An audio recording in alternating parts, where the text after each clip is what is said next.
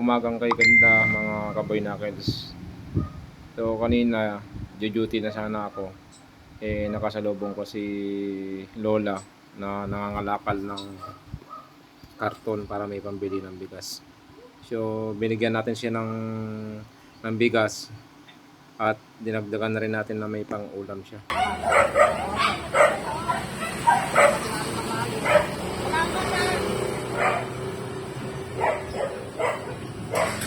Abad sa akin eh. Mga patapon.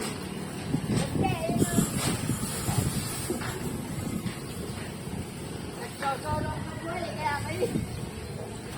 Ano patawa mo? Ha? Patawa mo. Ikulong kayo to. Sakay mo na lang tayo. Sige, pabigat mo. Sakay lang ng president. Sige. Wala sa akin sa bigat. Sayang. Bigat. Sakay mo na lang ng tricycle pag may dumaan. Salamat ah. Sige, sige. So dahil walang masakyan si Lola, tinatid na natin sa nagde-deliver, taga-deliver namin ng tubig.